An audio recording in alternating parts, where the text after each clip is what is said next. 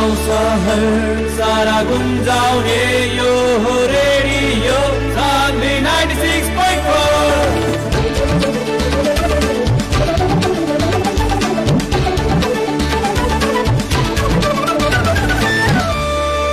Radio Sandhi 96.4.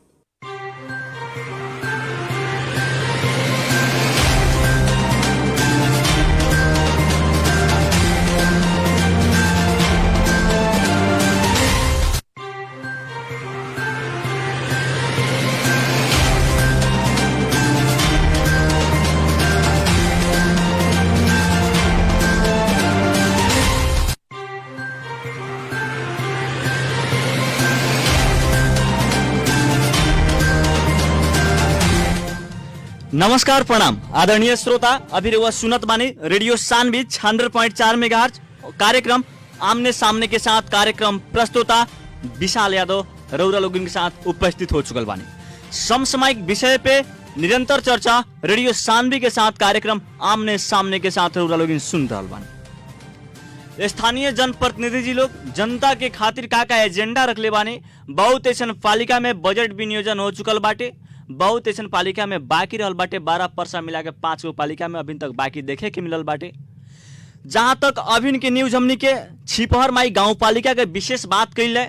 छिपहर माई गांव पालिका के आज से 4 दिन पहले, लगभग 3-4 दिन पहले सूचना निकाल के जितना भी करार के कर्मचारी रहनी लोग उस सब कर्मचारी लोग के निकालल गई पालिका से।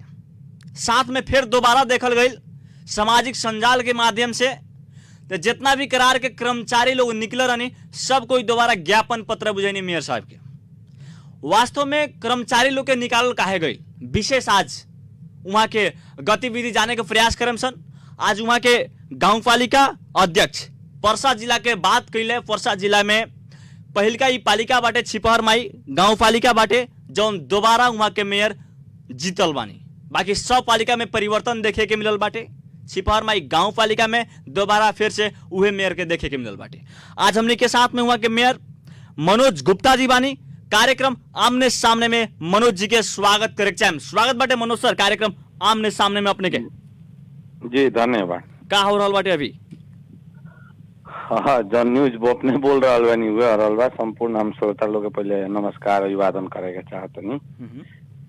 हमनी के गांव सभा के तैयारी में आगे बढ़ रहल बानी सन। अभी के ये ताजा अपडेट बा जी मनोज सर। बहुत ज्यादा न्यूज रहल बाटे अपने के सामाजिक संजाल में देखल है। परसा जिला में विशेष करके अभी अपने के पालिका के चर्चा ही चल रहल बाटे।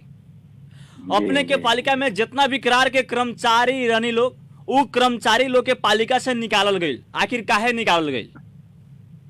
अब देखला अब का बा कि हमनी के विगत दिन में जौन गांव पालिका संरचना भइल नया में ओकरा के हमनी के समालत हालत में एक तक बा नेपाल सरकार के कर्मचारी आज के डेट में भी पालिका स्थानीय सरकार नाम के कहा था, लेकिन एगो थाई दरबंदी के जामा 6 गो कर्मचारी बालो।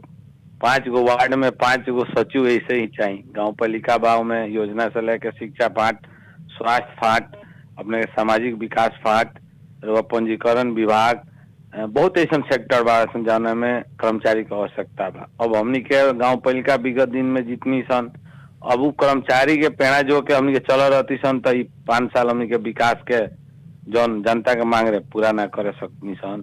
ये हिसाब से हमनी के गांव पालिका वो बड़ा जैसन आवश्यकता लोकल जैसे शिक्षा में ले ली अभी तक ले आज से 10 बरस 15 बरस तक पहले के विद्यार्थी के संख्या के आधार में शिक्षक लोग बा, लेकिन 15 बरस में कम से कम हर एक विद्यालय में 200-150 के करीब में विद्यार्थी 300-300 400 एड भइल बा, लेकिन शिक्षक एड नहीं किया भइल। उस सब के हल करे खातिर हमनी को बड़ा शिक्षक करार शिक्षक जो उनकी 10,000 में नया प्राविधिक के शिक्षक लोग के नियुक्ति करके हमनी के शिक्षा दी वही निशन।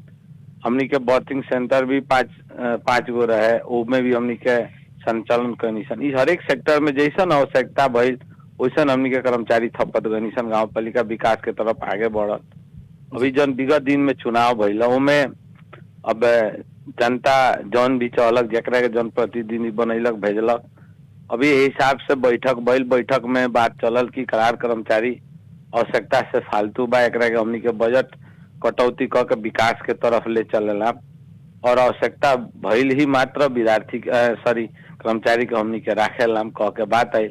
लेकिन ये बात हमनी के प्रस्तुति कहनी सन कि एकरा के ठीक बार वाला निर्णय करते लगन और गांव पालिका के तरफ से यानी हम प्रमुख के नाता से सब लोग की बात प्रस्तुत करनी कि हर एक जगह कर्मचारी आवश्यकता से इबा बिना आवश्यकता के नहीं के। लेकिन वहाँ लोग के थोड़ा गुनासो लागल कि ना हमनी के कर्मचारी हटाइए के फिर ही एकरा में नया सिलसिलवार से चल मनोज सर, जहाँ तक रुआ कहत बानी कर्मचारी के आवश्यकता ना भइला के कारण कर्मचारी लोग के निकालल गई सूचना के हिसाब से। अब जहाँ तक देखल है बीतल समय में भी रौरा भी वहाँ के पालिका के अध्यक्ष बीतल समय में रौए रहनी, बीतल समय में कर्मचारी रौरे रखले बानी, तो बीतल समय में आवश्यकता रहे और अभिन्न आवश्यकता काहे ना? आम जनता ये बात पूछ रहा बानी रउआ से। ना हम रउआ का कहनी कि जौन जीतल जनप्रतिनिधि एगो गाँव पालिका में एगो वार्ड अध्यक्ष भी लोग बा, उपाध्यक्ष भी लोग बा, सदस्य लोग भी बा, कार्यपालिका मेंबर बा, इस संपूर्ण लोग के बैठक रख के बात हम प्रस्तुत करनी। एक एक छलपल में बतैनी कि हर एक जगह कर्मचारी आवश्यकता से ही आधार पर बा, हमनी के फालतू कोई कर्मचारी नहीं के। लेकिन वहाँ लगन के कहना की एगो बात का बुझला कितनो हमनी के सोशल मीडिया में जैसन भी व्यवहारिक बात बोलेला चाहे माने समानता बात बोलेला, कहीं ना कहीं पार्टी द्वारा ही हर एक तरह से हर एक जगह पर राजनीतिकरण काम बा।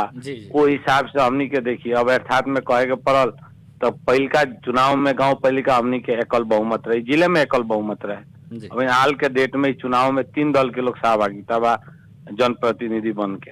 अब वो हिसाब से वहाँ लगन के प्रस्तुति कैला के बावजूद भी वहाँ लगन के ना निर्णय कार्यपालिका में हो कहीं के चाहिए, कर्मचारी कटौती हो कहीं के चाहिए, अनावश्यक जैसे बहुत ऐसा वार्ड अध्यक्ष जी बानी लोग जेकरा में क्यों तक ले नहीं के रख लो, वे लोग झाड़ू मारता आ काम करता, ऐसा स्थिति बा। स्वास्थ्य के कर्मचारी अर्थात बा उ लोग के जौन बर्थिंग सेंटर बा, अनमी लगायत स्वीपर लगायत सबके बा, एम्बुलेंस संचालन में ही बा। कुछ ज्यादा कह के मार्का शिक्षा में पड़ल बा, जैसे कि शिक्षा के 30 गो हमनी के जौन गाँव पालिका से स्वयं संग्रह रखल लोग उ लोग के हटावल गईल बा। लेकिन 1 महीना में छुट्टी होता, एकरा के पूर्ण हमनी के बहाली कर सकल जाता कह के वहाँ लगन के धारणा कैला के बावजूद में ई सब कदम गाँव पालिका के चाले के पड़ल।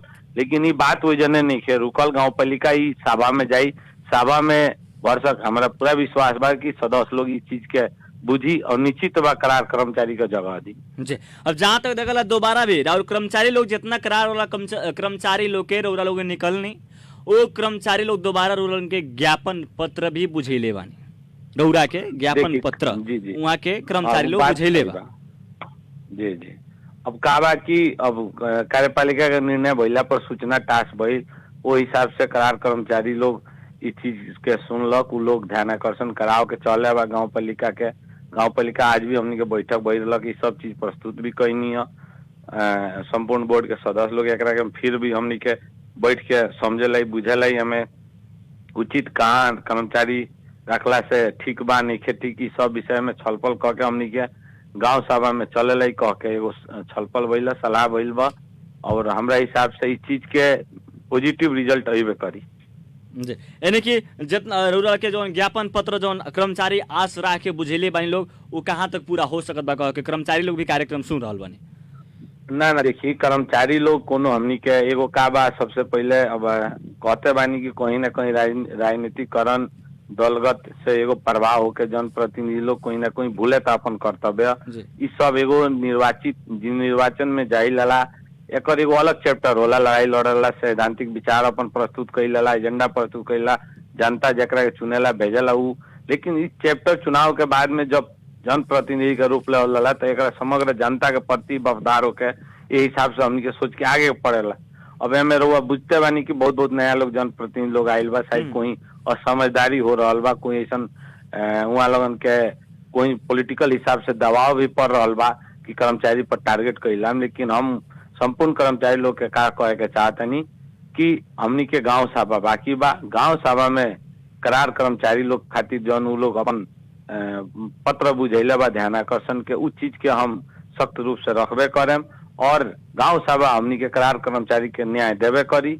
वहाँ लगन के जेकर जहाँ आवश्यकता बा, जेकर जौन हिसाब से योग्यता बा पहले से वो हिसाब से वहाँ लगन के जगह मिलवे करी। जी, जहाँ तक बात के लिए मनोज सर, अब हमने एजेंडा और आवले जनता दोबारा रुआ के निर्वाचित कैले बाटे, पर्सा जिला के फाइल उठा के देखी, हर जगह जनता परिवर्तन के लिए बाटे, दोसर जनप्रतिनिधि के चुनले बाटे, लेकिन पर्सा जिला में एगो पहिलका और पालिका बाटे छिपहर माई गाँव पालिका, जहाँ दोबारा जनता निर्वाचित के लिए बाटे मनोज गुप्ता जी के। पहिलका एजेंडा और कार है जनता के साथ कैसन व्यवहार कैनी, जनता रुआ के विकल्प बतैले बाटे ऊपर। अब की बार जनता के जी अब की बार जनता के खातिर कैसन कैसन एजेंडा रखले बानी? देखल जाम बहुत ऐसा ऐतिहासिक काम गांव पालिका कैले बा पर्सा जिला ना देश में भी विगत दिन में हमनी के निर्वाचित भइनी सन। ओमे गांव पालिका जैसे ई बटक पटक मीडिया मार्फत हम कहले बानी कि ई देश में बालिका संबंधी योजना स्वर्ण बालिका योजना क के लिए आवे वाला जौन एकर अलग नाम देवल गईल बेटी बचाओ पढ़ाओ अभियान कह के ओकरा के उ छिपरे में संचालन कैले रहे। अभी देश में वार्ड पीछे बर्थिंग सेंटर ना हो जहाँ छिपर में बर्थिंग सेंटर के स्थापना कैलक। ओकरा अलावा भी छोरी कन्यादान देश में ना संचालन रहे।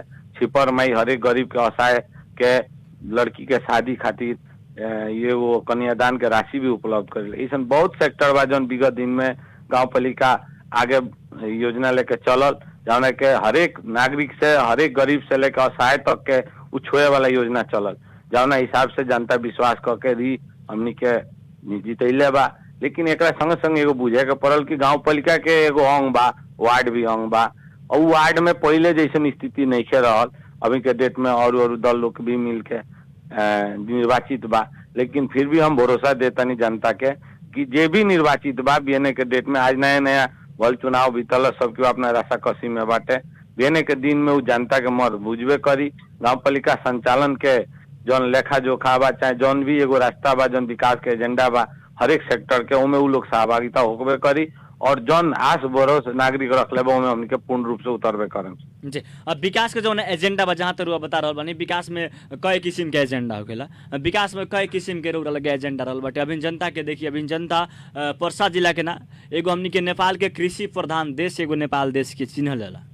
बहुत ऐसा पालिका कहीं कहीं मल के उपलब्ध करा दिले बा, जैसे बौद्धरमाई नगर पालिका मल उपलब्ध करेले बाटे। अपने के पालिका कृषक लोग के खातिर का कैले बाटे? अभी तक कृषक लोग बहुत मार में बाने और पालिका बॉर्डर से एगो बहुत सटल रहल बाटे, और कृषक लोग पानी के और मल के बहुत ज्यादा मार में बानी। अभी ना देखल जाम पानी के तो खैर अभी बारिश ना भइला के चलते समग्र खेत में सिंचाई के व्यवस्था नहीं के होकर सकत। बहुत ऐसा जगह गांव पालिका सूर्य सिंचाई के भी व्यवस्था कैले बा। बहुत ऐसा किसान लोग एक फायदा भी ले रहल बा। रहल मल के सवाल, मल देखिए हमनी के डायरेक्ट कोनो खरीद करे के अधिकार गांव पालिका के दिले नहीं के, ना प्रदेश सरकार पर ध्यान देता ना केंद्र सरकार ध्यान देता। फिर भी गांव पालिका हर एक वार्ड में सहकारी संस्था मार्फत मल हमनी के उपलब्ध करा रहल बानी से। एक सेक्टर ओरा गइल बा, एक सेक्टर फिर निर्णय भइल बा। हमनी के दर रेट भी काम कर चुकल बानी सन, वो हिसाब से मल तुरंत उपलब्ध होके वाला बा।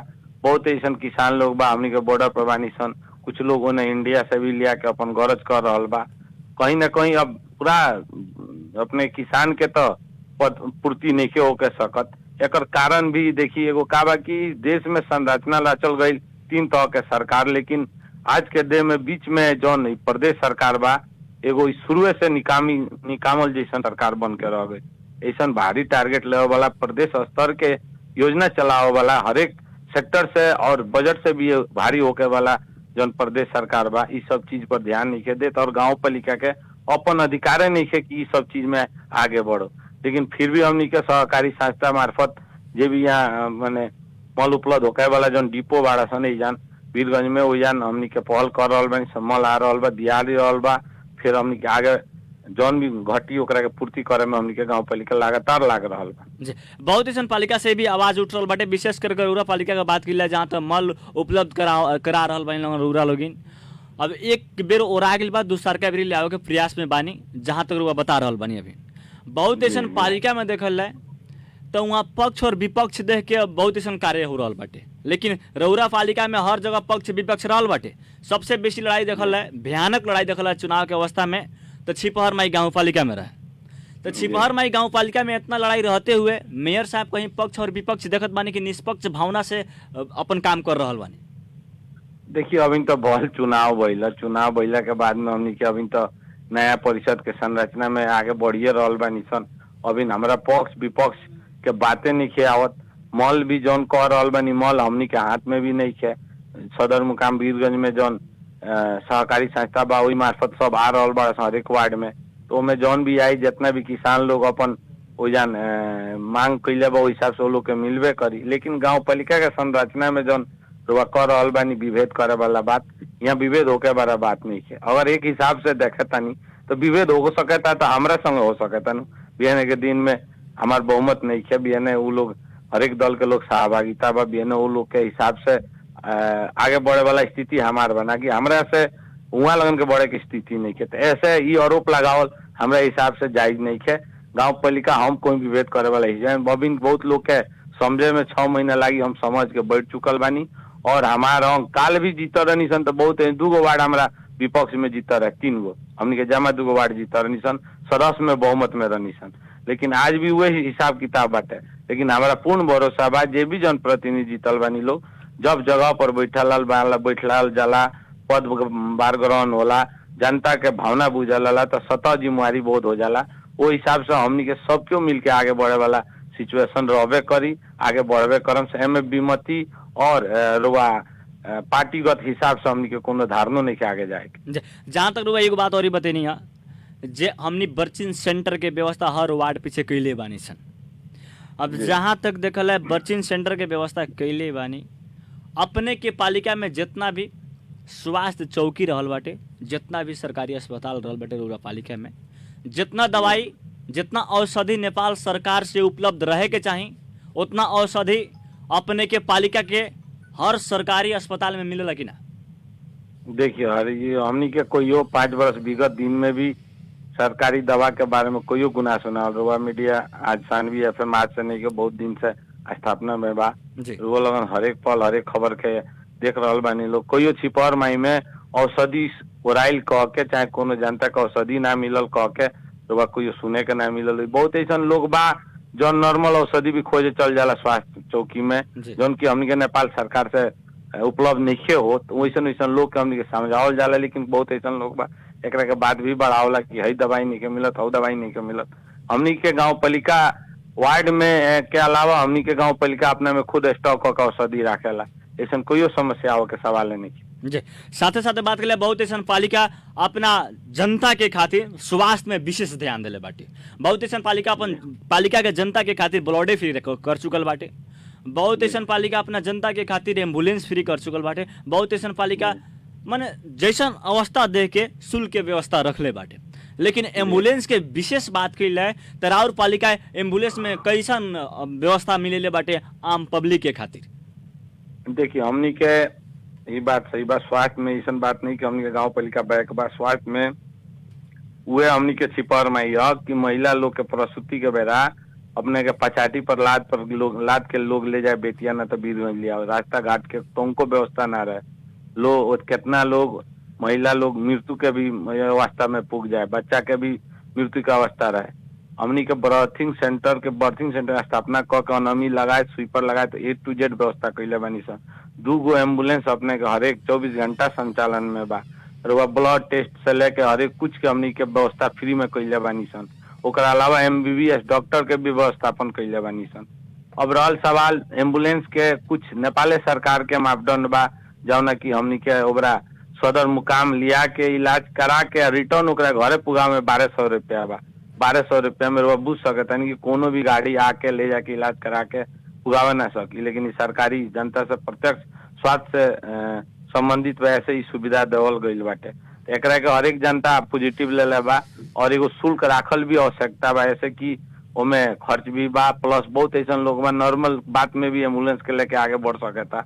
ई सब खातिर हमनी के सुविधा पूरा माने एगो फ्री टाइप के बुझ के आगे बढ़ल बा गांव पालिका और दे भी रहल बा। जी बढ़िया बात बाटे जे गांव पालिका एम्बुलेंस में इतना सहयोग कर रहल बाटे। और साथे साथे बताई शिक्षा में अब की बार कैसन परिवर्तन? बीतल समय में राउरे कार्यकाल रहे, अब की बार भी राउरे कार्यकाल बाटे, शिक्षा में कैसन परिवर्तन जनता महसूस कर रहल बानी रउआ बताई? जी देखिए पहले अभी हमनी के तो गांव पालिका में 2 गो 10+2 संचालन में रहे। बाद में हमनी के प्रदेश सरकार से पहल कह के प्राविधिक शिक्षा लिए निशन, जौन की कंप्यूटर इंजीनियरिंग के वजन 9 गाँव में व्यवस्थापन भइल बा। अभी ये सब जौन भी पढ़ाई बा अभी पहल कर रहल बानी सन। ई मने कार्यकाल में कम से कम के सीटीबीटी के एगो व्यवस्था कर देती सन तो बहुत ऐसा युवा लोग के रोजगार के सृजना होके वाला स्थिति है, एगो डिग्री बनी। तो ई सब शिक्षा में हमनी के भी आगामी सोच बा, एकरा के आगे बढ़ के हमनी के एक एगो चाहना बा कि कम से कम एगो गरीब होके असहाय होके भी ओकर बाल बच्चा लड़की होको लड़का होको उ अपना घर दिल में रह के एगो शिक्षा हासिल करो। हर एक घर में लड़का लड़की एगो इंजीनियर के रूप बनो कह के हमनी की सोच पहले रहे। एने भी हमनी के नया जौन भी टीम बनल बा जनप्रतिनिधि लोग सबके इच्छा बा कि हमनी के शिक्षा में जोरदार रूप से का बोलेला कि आगे बढ़ेला। अब ई थोड़ा शिक्षक लोग के अभाव भइला के चलते जौन करार कर्मचारी के रूप में शिक्षक के भी हटावल गइल बा, एमे तक एगो दुख के बात आ रहल बा। लेकिन आज के बहस से ई बात आइल कि शिक्षा के हमनी के छेड़खानी ना कइलाम, शिक्षक जितना बा ओकरा के पूर्ण हमनी के विद्यालय में भेजलाम और थप आवश्यकता बा ओकरा के पदपूर्ति क के आगे बढ़लाम। ये हिसाब से हम भरोसा दिलावतनी कि शिक्षा में कहीं कमी होके वाला स्थिति नहीं। मनोज सर, जहाँ तक शिक्षा में कौनो ऐसा कमी कमजोरी होखे वाला अवस्था नहीं है, जहाँ तक रुआ बता रहल बानी आम जनता के रुआ गांव में घूम रहल बानी, अपना पालिका में रुआ घूम रहल बानी, आम जनता से भेंट कर रहल बानी, आम जनता के वो एजेंडा रुआ सुनत होके। शिक्षक लोग के ऊपर आम जनता के प्रश्नवाचक चिन्ह बाटी। अपन गांव के शिक्षक लोग अपना गांव के विद्यालय में पढ़ा रहल बानी, तो जितना पढ़ाई ना उससे कई गुना बेसी राजनीतिक देखे के मिलत बाटे। ई गांव घर के जनता कहत बानी, वो गांव घर के शिक्षक लोग अपना गांव घर के विद्यालय में ना पढ़ा के 1 नंबर वार्ड के शिक्षक 5 नंबर वार्ड में जाकर पढ़ाई, 5 नंबर वार्ड के शिक्षक आके 1 नंबर वार्ड के विद्यालय में पढ़ाई कह के ऐसा आम जनता के गुनासो रहल बाटे। कैसन लागत अपने के, कहाँ तक सच्चाई रहल बाटे? ना ये बात सत्य बा। देखिए बहुत एगो तो दुर्भाग्य का बा कि देश में संहिता तो लागू भइल, हर एक चीज घर दैलो, स्थानीय स्तर में सिंह दरबार के सोच स्थापना भइल देश में। लेकिन दुर्भाग्य के बात कहाँ बा कि 5 साल बीतला के बावजूद में ये देश के सरकार, कोनो दल के सरकार हो चाहे प्रदेश हो चाहे केंद्र हो, एगो शिक्षा नीति लेके ना आवे सकल, शिक्षा नियम बनावे ना सकल, शिक्षा कार्यविधि ना बनावे सकल। आज भी 2028 साल के शिक्षा टेक के हर एक जगह काम हो रहा बा। स्थानीय सरकार संचालन में स्पष्ट दिले बा कि शिक्षा में स्थानीय सरकार अपन कानून बना सकेता, ओकरा के अपना स्तर से संचालन कर सकेता। लेकिन विगत दिन में देखल गइल बा जौन भी गांव पालिका स्थानीय में शिक्षा आइन बनैले बा ओकरा के अदालत द्वारा स्टे ऑर्डर कइल गइल बा। ये हिसाब से गांव पालिका पहले प्रयास कइले रहे कि वार्डा स्तर में रहल ही शिक्षक लोग जे कि आज भी वे संरचना के शिक्षक बा लोग, नया अरविंद के जौन पढ़ाई बा लेटेस्ट प्राविधिक युग के पढ़ाई बाटे, लेकिन ओमे भी वो लोग सक्षम नहीं के बहुत ऐसा टीचर लोग। ओकरा अलावा भी घर दैलो रह के स्कूल में से ज्यादा ध्यान वो लोग के स्कूल के टाइम में घर पर ऊपर रहता। तो इस सब स्थिति देखते हुए हालत में गांव पालिका बहुत प्रयास भी कैलक कि हमने के चीज के अंतर वार्डा सरुआ कैलाम। लेकिन एकरा के टीचर लोग के एगो संगठन कह के एकरा के अदालत में जाके गांव पालिका पर प्रश्नवाचक चिन्ह खड़ा कह के गांव पालिका के हाथ बांधे वाला काम कैले बा। तो ये हिसाब से गांव पालिका असक्षम भइल बा, ये बात में हम कबूल करें। लेकिन ये असक्षम होके में एगो गांव पालिका के दोष नहीं है, रवा एमे कानूनी अड़चन भइला के चलते भी समस्या बा। और हमारा बुझात जी जहाँ तक रुआ कहत बानी जे शिक्षक लोग कुछ जाके ऊपर से आदेश करा के गांव पालिका के हाथ बांधे के प्रयास कैलक लोग, ये बात रुआ कह रहल बानी। जब मनोज सर के हाथ बनात बाटे, पालिका के हाथ बांध देत बाटे लोग शिक्षक लोग, आम जनता के ऊपर तो मनोज सर छोड़ सकत बानी। आम जनता 10 दिन तालाबंदी करी, 10 दिन आंदोलन करी विद्यालय के अगाड़ी, ओकरा बाद में अपना आप शिक्षा में सुधार चलाई, ओकरा बाद में तो सच्चाई का सामने तो आई।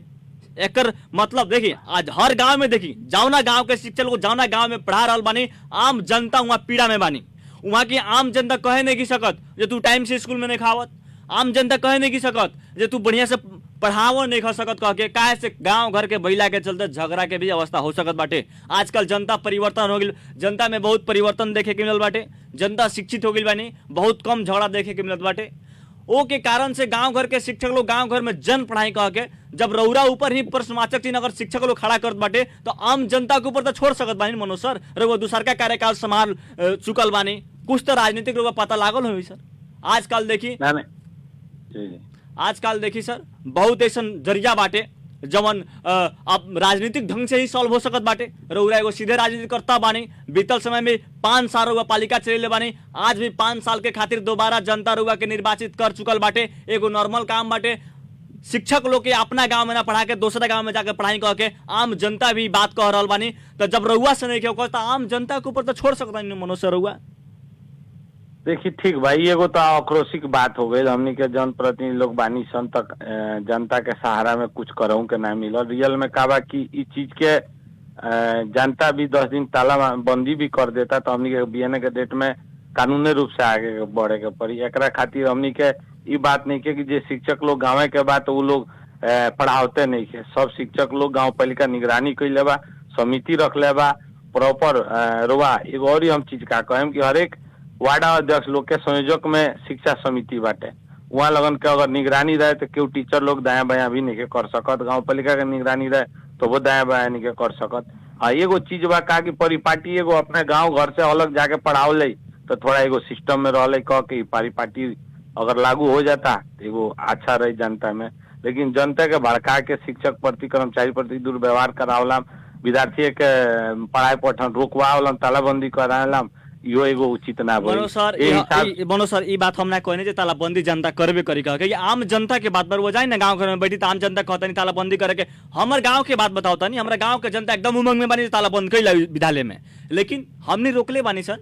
जे समस्या सॉल्व हो स्थानीय सरकार वालों में बनैले बानी तो समस्या सॉल्व स्थानीय सरकार ही करी। तो लोग में तालाबंदी कैला से विद्यार्थी के जीवन के साथे, विद्यार्थी के भविष्य के साथे खिलवाड़ कैला से कोनो फर्क पड़े वाला नहीं है। चाहे रउरे लोग के दिक्कत हुई कह के यहाँ तक हमने समझा रहा बन सा, लेकिन आम जनता तो आक्रोश से मानी ऐसे कई गो पीड़ा बाटे। बीतल समय में भी जनता ऐसे पीड़ा से गुजर रहा बानी, आज भी जनता हुए पीड़ा में काहे गुजरे। जनता तो सही निर्णय ले ले बानी। प्रसाद जिला के बात के लिए समग्र रूप में तो एगो विडम्बना बाटे। लेकिन एगो और चीज जनता से हम कहा कहे के चाहेम कि एगो स्थानीय सरकार तो एगो बढ़िया बा जवाब देता, लेकिन शायद वो जनता के बीच में एगो विधायक लोग भी आवता गाड़ी में चढ़ के, एगो पीएसओ बोकले आवता लोग, संसद लोग भी।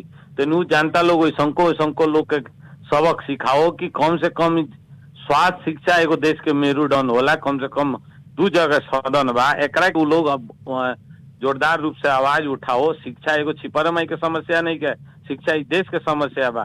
5 साल एगो गवर्नमेंट बैठला हो गई और एगो शिक्षा नीति देश में नहीं आई तो एकरा विफल ही कहा जौन की यहाँ के चाहे केंद्र सरकारों को, प्रदेश सरकारों को, ऐसे कि स्पष्ट बाटे कि जहाँ जब तक ले शिक्षा में केंद्र और प्रदेश सरकार नीति लेकर नहीं के बढ़त उसमें ओवरटेक गाँव पालिका करे के ना मिली। तो ऐसे वो जनता से हम आग्रह करम रुआ मीडिया मार्फत कि जे वो बॉडी गार्ड और जे वो 4 चक्वा में बैठ के 6 महीना पर नमस्कार करे आवता जनता के बीच में, ओकरा के वो सबक सिखाओ और कहो कि कम से कम शिक्षा नीति लेके आओ। हर एक घर में बाल बच्चा के भविष्य के सवाल बा, एमे वो लोग खिलवाड़ ना को लोग चल के ये चीज सुधार हो। एगो स्थानीय स्तर में एगो सुधार कैला से हमरा देखे से सुधार होके वाला स्थिति हमरा नहीं है। ऐसे जनता के मेयर साहब, जनता के जवन सेवा सुविधा चाहे अब की बार पूरा करे के पड़ी, चाहे वो शिक्षा में हो, शिक्षा के साथे मनो सर, शिक्षा के साथे कोनो राजनीतिक ना, स्वास्थ्य के साथे कोनो राजनीतिक ना, वो चाहे केहू हो। हर पालिका में देखिए मनोज सर बहुत ऐसा पालिका हमने यहाँ तक सुननी सन जे शिक्षक लोग अगर 11 बजे पुगत तो हाजिरी कटा जात बाटे, स्वास्थ्य कर्मी लोग अगर 11 बजे पुगत तो हाजिरी कटा जात बाटे। हर जगह बहुत ऐसा पालिका में नियम बहुत कड़ा देखे के मिलल बाटे। अब अपने के पालिका में कौना तरीके से सिस्टम मिलावे के प्रयास में बानी। रउरा तो बहुमत के सरकार में नहीं की सीधा लोग रहल बाटे, बहुमत के सरकार नहीं खे रउआ लगे, लेकिन फिर भी कौना ढंग से बीतल समय में रउआ पालिका चले बानी, बहुत ऐसा जरिया रउआ पता हो पालिका हम केंग हैंडल कर सकत बानी कह के कैसन अवस्था में बानी अब की बार ना वो हैंडल होके वाला बात बढ़ नहीं बस एगो काबा की बहुमते से हर चीज ना होला। जनता से प्रत्यक्ष जौन चीज ताल्लुकात रखे था उमें खिलवाड़ करे के जनप्रतिनिधि ना मिली कि पार्टीगत आके सोचे कि हम जनता के भविष्य बिगाड़ दी तो ये गलत बात बा। एमे गाँव पालिका हर एक कदम चाली, लेकिन हम वैसा समस्या नहीं की देखत, वैसा स्थिति नहीं की देखत तो काहे हम केहू के दोष दी। आओ वाला दिन हम जस्ट चुनाव बीतल बा, सब दल के लोग प्रतिनिधि लोग आयल बा, उ लोग के विस्तार धीरे समझाओ तो आगे हमनी के बढ़म सन। जौन भी गुनासो बा जौन सेक्टर में बा ओकरा के हमनी के सुधार करत आगाड़ी बढ़म सन। ये हम जन समुदाय के कहे के चाहते जी। मेयर साहब ने कार्यक्रम का अंत में आ चुकल बन सन। कार्यक्रम का अंत में खास कर 2 प्रश्न हम पूछे हम रउआ से। अति विपन्न परिवार लोग के खातिर छिपहर माई गाउँपालिका में कैसन कैसन व्यवस्था राखल गइल बाटे? देखिए हमके विगत दिन में भी कार्यक्रम में बहुत ऐसा अति गरीब लोग के असहाय लोग खातिर कार्यक्रम रखले रहनी सन, जैसे कुछ बुंदा बतेबे कहीं हम अब यही हमनी के ना कनी अपने के गांव सभा के हमनी के चरण में बानी सन छल पल होता बजट छुटियाओं के बारे में। इस सब में हमनी के आओ वाला कुछ दिन में रोवा लोकबे करी बजट के हमनी के छुटिया नहीं सन और वो लोग के सुविधाजनक ही बजट प्रस्तुत करी छिपहर माई जी। साथे साथे अपने के पालिका में बहुत युवा लोग बेरोजगार बानी, बेरोजगारी के कारण गलत रास्ता पर जा रहल बानी, गार्जियन का हा पता नहीं के बहुत लोग के बात कइले नशा कर रहल बानी विभिन्न किस्म के। बहुत ऐसा पालिका से ऐसा भी कंप्लेन हमने के सुने के मिलल, रौरो पालिका में ऐसा हो सकता का हम अनुमान लगावत नहीं। ऐसा युवा लोग के परिवर्तन करे के खातिर बेरोजगारी अवसर से रोजगारी अवसर में ले आवे के खातिर कैसन एजेंडा रउआ लोग रखले बानी कि ना? नहीं बात देखिए सत्य बा, रोजगार एगो बहुत बड़का हमनी के समस्या बा। देश में खाड़ी मुल्क में भी जाके लोग अपन समय बिता रहल बा कमाए के दो पैसा। हमनी के गांव पालिका यही खातिर सामाजिक विकास के तरफ में लक्षित करके बजट डालेला, जौन ऐसे तालीमें भइल कुछ तालीम दे के वो लोग के रोजगार सिखा के वो लोग के रोजगार मय बनावे वाला भी स्थिति बा। अभी हमनी के बोर्ड में प्रस्तुत भी कइले बानी सन कि कम से कम वैसा युवा लोग के एगो रोजगार सृजना करे खातिर आर्थिक सहयोग भी दियाओ और कुछ सशक्त अनुदान से भी आयल बा, जौन के कि प्रत्यक्ष रोजगार प्रधानमंत्री रोजगार कार्यक्रम बा उ मार्फत भी हमनी के वो लोग के समेटे के प्रयास करम सन। इस सेक्टर में भी हमनी के छल पल हो रहल बा। कुछ दिन में रोवा सुने के मिली कि छिपहर माई युवा लोग के खातिर भी लक्षित बजट लिया आयल बा। कार्यक्रम का अंत में बानी सन मनोज सर, कार्यक्रम का अंत में छिपहर माई गाँव पालिका के संपूर्ण जनता से रुआ का कहे के चाहे? सर्वप्रथम हम संपूर्ण करार कर्मचारी लोग से जैसे कि विषय वस्तु ये उठल बा वहाँ लगन के जौन भी मांग गाँव पालिका से रखले बा लगन छलपल के दरमियान में बा, वहाँ लगन के संगे अन्याय ना हुई इस चीज हम वहाँ लगन के भरोसा दिलाओ के चाहते नहीं। हमनी के गाँव सभा में प्रस्तुत करके वहाँ लगन के मांग संबोधन होकबे करी। संगे संगे जौन हमनी के पालिका के जौन समुदाय बानी लोग विगत दिन में भी गाँव पालिका हरेक नागरिक हरेक सेक्टर हरेक हिसाब से वहाँ लगन के सुविधा और वहाँ लगन के विकास के खातिर सोच के बढ़ल बा। उस चीज में गाँव पालिका फिर ही 5 साल समय बिताई अपन हम वहाँ लगन के वो बात जागीर करे के चाहतनी। वहाँ लगन के खुशी और वहाँ लगन के संबंधित ही बजट आने वाला दिन में प्रस्तुत हुई कह के विश्वास दिलावे चाहते। धन्यवाद मेयर साहब, समय देने के खातिर छूटे के नमस्कार। चलिए धन्यवाद। आदरणीय श्रोता, हमने के साथ में रहने छिपहर माई गाँव पालिका के अध्यक्ष मनोज गुप्ता जी, वहाँ के कर्मचारी लोग के जौन करार के कर्मचारी रहे लोग इस सब कोई के सूचना के हिसाब से वहाँ के निकाल गई बाटे, लेकिन मेयर साहब के हाथ में दोबारा ज्ञापन पत्र भी करार के कर्मचारी जी लोग बुझेले बने। बहुमत के सरकार ना भइला के कारण ये सब हो रहल बाटे। मनोज गुप्ता जी के कथन रहल बाटे इस समस्या सॉल्व बहुत जल्दी हुई कह के वहाँ के बता रहल बानी। शिक्षा स्वास्थ्य कृषि साथे साथे युवा लोग जितना भी बेरोजगार बने रोजगारी अवसर में परिवर्तन करे के खातिर हमने के एजेंडा बा कह के वहाँ के विशेष बात बतेनी है। आदरणीय श्रोता, समसामयिक विषय पे निरंतर चर्चा कार्यक्रम आमने सामने के साथ रेडियो सानवी के साथ रउरा लोग सुन रहल बानी। समय बहुत कम रहला हमनी के साथ में और बहुत कम समय में रउरा लोग के साथ में प्रस्तुति जनाव के रहला। कार्यक्रम आमने सामने रउरा लोग सुन के साथ देनी एक खातिर बहुत बहुत धन्यवाद देते। साथ में टेक सपोर्ट करके साथ देनी सत्येंद्र यादव जी उमा के भी बहुत बहुत धन्यवाद देते। कार्यक्रम आमने सामने से हम कार्यक्रम प्रस्तुता विशाल यादव भी छूटे के चाहे। सुनत रहे रेडियो सानवी 96.4 मेगाहर्ट्ज। नमस्कार, प्रणाम।